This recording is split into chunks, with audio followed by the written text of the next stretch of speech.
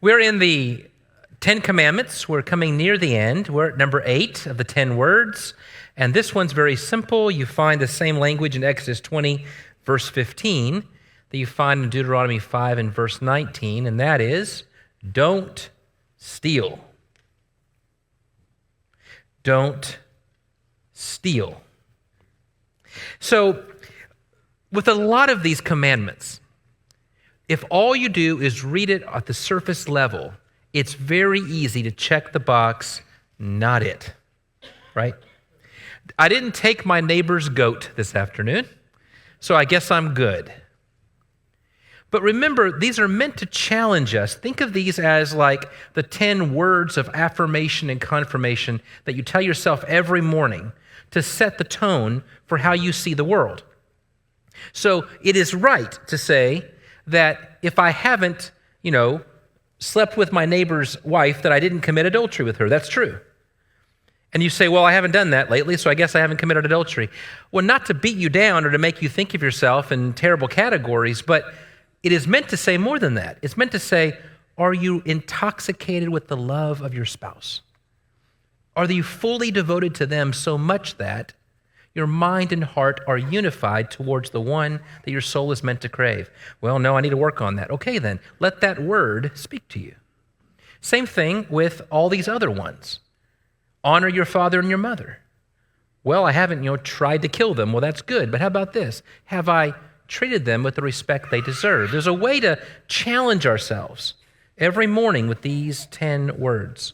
So on this one, don't steal. Theft is more central than we may think to who we are or what we should or should not be, actually, in a couple of ways.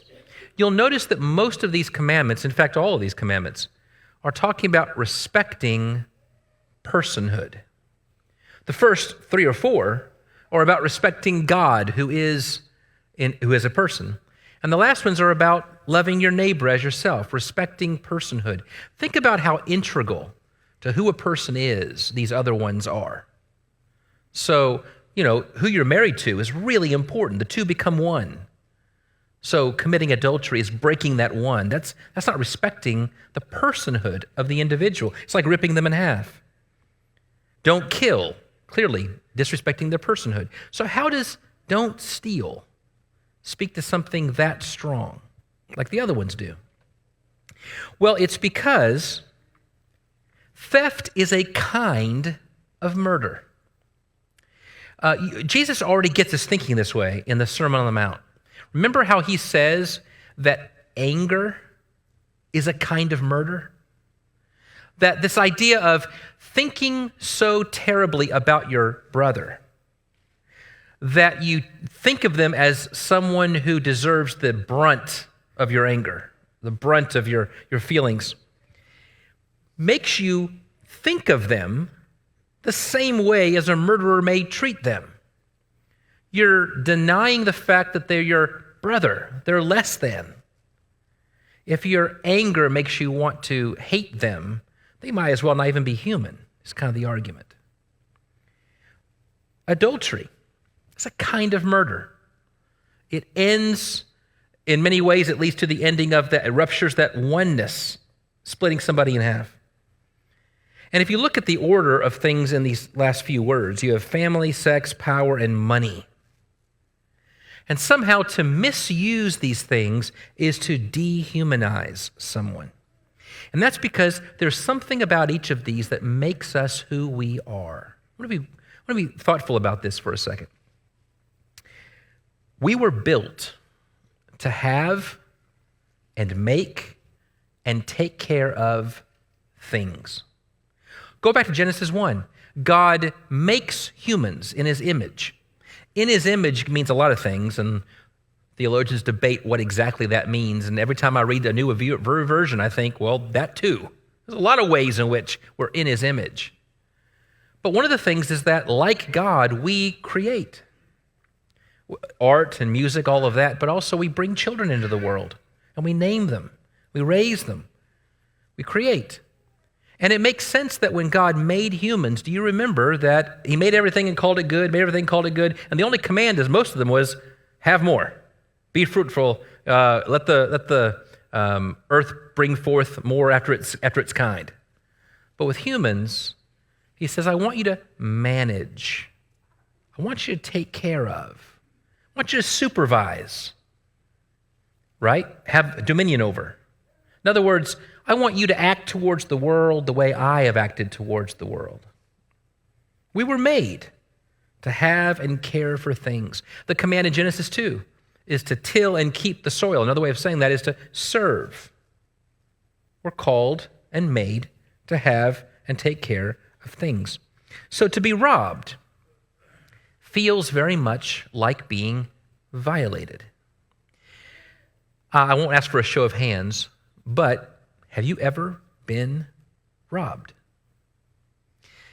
Then you'll know that you leave feeling like somebody hasn't taken your stuff, somebody has dehumanized you. When the rich young ruler was told, go give everything you've got away and follow me, that would be easy if it wasn't for the fact that it feels like cutting off your arm. Because we tend to think of our things as somehow an extension of ourselves or part of the person we become. If you buy a beach house, there's no sin in that. In fact, if you want to give me your beach house, I'll take it. If you buy a beach house, you don't just buy a beach house, you become the kind of person that buys a beach house. You see, it affects who you are. And that's what I'm getting at. When you have things, when you have stuff, you take pride in it for good reasons. You don't just own a new car, you're a new car owner. You see, there's a definition there, how it affects you, how you see yourself, how you think about yourself. And so it makes sense that we're called to be caretakers, and stealing is depriving someone of caretaker rights, and it dehumanizes them because it's like you're taking a part of them. And there's actually something good and right about investing ourselves in the things we were told to take care of. And that's why theft, stealing, is so bad. And it's bad for a number of reasons, and there are different kinds of stealing. Let's talk first of all about blue-collar crimes. This would be mugging and armed robbery and things like that. And we can look out and we say, well, I haven't mugged anybody recently. I haven't done any armed robbery that I know of. I may sleepwalk, but surely somebody would have told me or caught me by now if that's what I was doing. But then there's the more subtle kind. The more subtle kind where we are involved in wrong taking. And we don't stop to think about how it also dehumanizes and deprives others and ourselves of something important that we were made to be. The most obvious ones that you read about whenever people talk about subtle theft would be things like time theft. Time theft would be an example where we commit to something and we don't do our best. You know, this can happen on both ends of the spectrum. If you're a worker and someone says, we'd like you to get something done or we'd like you to fulfill your obligations, and you find ways not to do that, that's time theft. It can happen on the other side, in which if you don't take care of your employees, treat them right or pay them well, you could in fact be dehumanizing them in that respect. How about when you just don't do good work? I mean, I don't know what all everybody is involved in, but if you get involved in making something and you know that the thing you make isn't any good, the thing you make won't last 5 minutes, but it'll sell. There's a theft going on there. There's a dehumanizing of how we treat one another. This applies to failing to pay your taxes or failing to pay back your debts promptly. Or when a whole company, for example, there's so many movies about this of, particular companies where the workers are told, okay, you're going to get a lot of people file claims, and the claims will be legit. But you're supposed to deny a good portion of them anyway, because chances are they'll be too lazy to refile. What is that? That's not seeing people, as brothers, as ourselves. That's a form of stealing, a form of dehumanizing. And so there's all kinds of ways that we can do this. What about faulty advertising? A speaker friend of mine told a story once, and I'll take his word for it, that there was a Christian college, he didn't say which one, but in their catalog, they had pictures of people from the different departments. But for some reason, the people who took the pictures just didn't think anybody in the science department was photogenic. So they had people from the Bible department dress up in lab coats and be in front of the tables, and that was the picture. I'll leave it to you to decide what you think about that. How many times have we reached the point now we assume the advertisement is lying to us somehow? There's ways in which we just don't understand that it's become part and parcel of our life to skim off the edges, to oversell, to get rid of that old truck that was never good to begin with, but let's just cover over all the real things that are wrong with it, just as long as we can get it out of our hands. We actually are doing something so much worse than lying. We are depriving the other person of the integrity of being another person, treating them as we would want to be treated. All kinds of ways. So this happens on the grand scale of exploiting nations, and it happens on the minor scale of just being a little less than forthright. Theft. The Bible acknowledges all of this. In Leviticus 19 in verse 35, the Bible says, "Be honest in your weights and measures." You know why that's important? Because especially in a time when not everybody had, if this thing is supposed to weigh a certain amount and that tells you how much it costs, not everybody had the actual place to go to get that. I always forget, some place in England, I think, is where you go and there's like an actual weight and it tells you this is actually what a gram weighs or this is what a pound weighs. Does anybody know what I'm talking about? I forget where that is. Shelton probably knows. Let me think. Somewhere in England. Don't remember. What's that? Harris? It's in Paris. It's not England. Okay, well, go figure. Paris isn't in England, right? Okay, yeah. All right.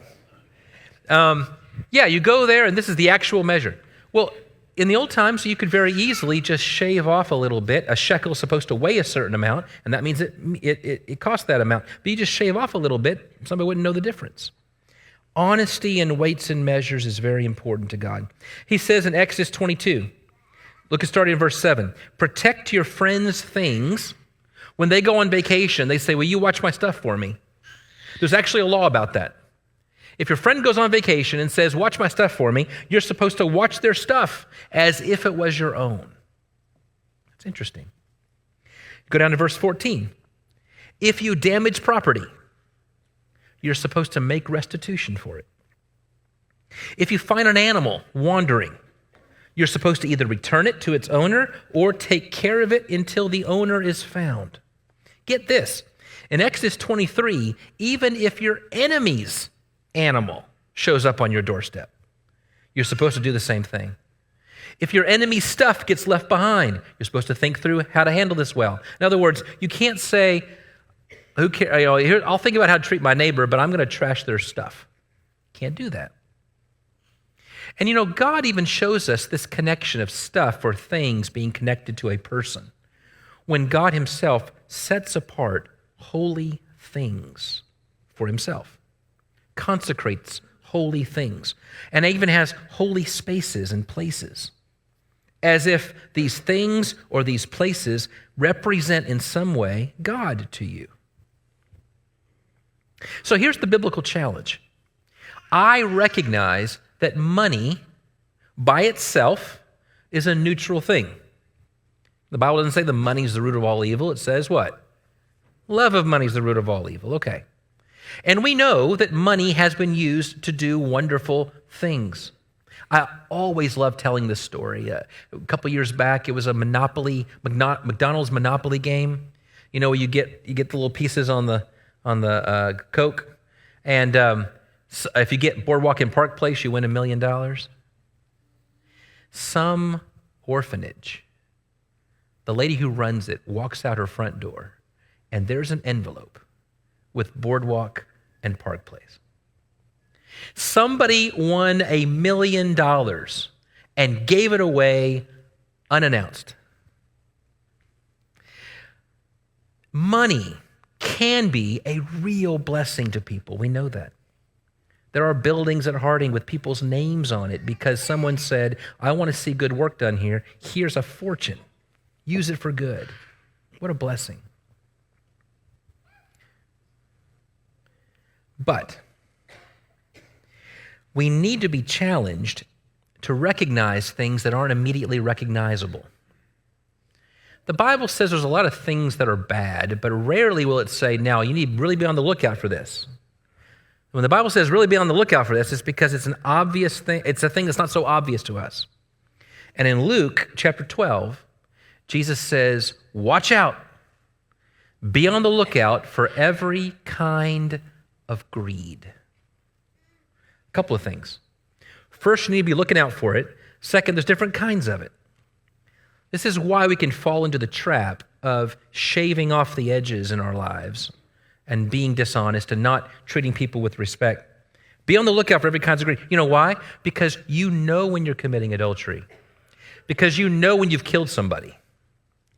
But you don't always know when you're greedy.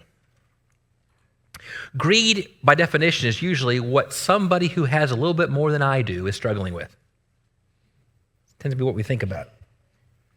But the text is trying to teach us that the reason why we engage in theft or stealing is because we sense the lack of something or the need for something, neither of which ultimately is very Christian. To think that we live in a way in which I can't be who I am and serve God unless I have that is a idolatrous activity, as if God isn't enough. And so all through the New Testament, we're going to find interesting language, warnings about how we treat stuff, money, and goods. Ephesians 4 and verse 28 says, let the thief no longer steal, but rather let him labor, doing honest work with his own hands, so that he may have something to share with anyone in need. I love this. He doesn't say that you're no longer a thief when you stop stealing. That's step one, but you're not done. What he says is, if you're a thief, you need to stop stealing so that you can share. Tim Keller says, when he reads this verse, he says, I see two options. You're either radically generous or you're a thief. Think about that. You're either someone who is not interested in hoarding, therefore you give away, or you're somebody who keeps. Those are the options. Why? Because we were created to take care of the world. So whatever comes to us becomes a funnel to bless. And there's two ways to deal with that stuff, either to bless myself or to bless others. What do we find in 1 Timothy chapter 6? Paul writes to Timothy. He knows there are going to be people in the congregation with deep pockets. And he says the most interesting thing. You kind of expect him to say something like, you need to make sure that you treat them really nice because the next time you have a capital campaign, those are the first people to visit. It's usually true, but that's not what he says. He doesn't say, next time you really want something to be done, you should get them on your side because if they're for it, the elders will absolutely go for it. After all, deep pockets behind that. Doesn't say that. Do you know what he says? 1 Timothy 6, beginning in verse 6, he says, godliness with contentment is great gain. For we brought nothing into the world, and we cannot take anything out of the world. But if we have food and clothing, with these we will be content. But those who desire to be rich fall into temptation, into a snare, into many senseless and harmful desires that plunge people into ruin and destruction. For the love of money is a root of all kinds of evils. It is through this craving that some have wandered away from the faith and pierced themselves with many arrows.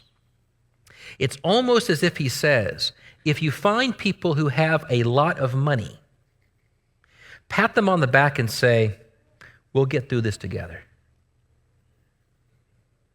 You see, money's not evil, but we are so blind to our own greed that it becomes a dangerous thing. And so what he says is, be on the lookout, be on guard, be aware of what happens. Because usually we spend most of our days, most of our lives, feeling less than we ought to. I don't mean that we should feel better than everybody else. In fact, we ought to think we're no good sinners without Christ. But with Christ, we have everything we need. So the desire for theft begins to go away. How do we do that? How do we become the kind of people where theft isn't really an option in our toolbox? Well, I think Jesus talks about this in the Sermon on the Mount. You find him saying things like, you can't serve two masters, don't serve God and mammon. Mammon is the word for money or stuff or things. But he begins it all with the very first beatitude. And that the first one says, blessed are the poor in spirit. Luke's version is blessed are the poor. The way to put those together, the way I've interpreted this is, blessed are those who are unattached to the things of the world. If you can emotionally unattach from your things, you're in a better position to use those things for God's glory rather than your own. Here's the example that makes sense to me. Imagine that you were given the job to manage the bank account, the endowment of a super, super rich philanthropist. This is your job. Your job is to manage the money that's not yours, and the job is to use it for good, and your job is to manage it. Okay. Is good stewardship required in that? Absolutely. Is saying no to some things part of that job? Yes, absolutely. Is it important to find good ways for that money to gain the right amount of interest so that when you use the principal, you don't deplete the principal so you can keep doing good? Of course.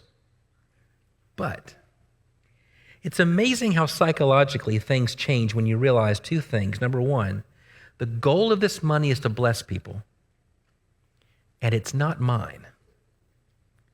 If you believe it's not mine, and the goal is to bless people, all those principles are true, but it's so different than thinking it's mine and it's my identity. If you can be emotionally unattached and say what I have is a gift from God, then suddenly the whole point is for it to be a blessing. That does not mean that we're called to give everything away and to live in nothing. It means it is supposed to be used with an open hand to make a difference in the world. God says this in the Old Testament by reminding people, for example, that whatever you have will eventually be someone else's. Every 50 years, the land you're on reverts back to whoever originally owned it. Farmers were not allowed to maximize their returns to the hilt. They were supposed to leave the corners of their land available for those who were poor. If you drop your sheaves, you were supposed to leave them for the gleaners. If you pick them up, it was theft out of the mouth of the hungry. God says in the Old Testament, in the book of Malachi, you're robbing me. How am I robbing you? Because you're not giving to me, you're trying to keep for yourself. And so how in the world do we do all this? Well, this is the last point. The way we do this isn't by listening to a sermon and say, okay, I guess that means I need to be more of a giver. No. It happens by getting a new heart. The language in the New Testament is the language of being born again. The new heart says, okay, what if everything about me was different? Suppose that you were somebody who literally were dying. You had a kidney that wasn't working. You had a heart that wasn't working very well. And so you get a transplant, and the transplant saves your life. You know these stories. These people who feel like they got a new lease on life. Everything changes about them. Why? Because it's a whole new world. What would it look like to have a new heart in which we say, I died in that baptistry. I died. Everything from here on out is gravy. So what I have from the Lord is to be a blessing to others. It changes the way we think about ourselves, our livelihood, our needs. The old line about we spend most of our time buying the things we don't need to impress the people we don't like. So true. And so 2 Corinthians chapter 8, Paul's trying to raise money. And he's writing to a church, and he says, I want to encourage you to give and all that, but I just want to tell you, Christ, though he was rich, became poor, so that by his blessing we all can become rich. Changes the way we think. I really believe that if you become the kind of person who can be a vessel of honor, who could serve the Lord with happiness and joy if you had little or lots, then you can be trusted with $5 billion. But if you're not that kind of person, you can't be trusted with $5. So we become the kind of people whose hearts are ready to let God define us, and suddenly money, things, status aren't what we're living for, and theft is no longer an interest. Thank you very much for your time. Worship you.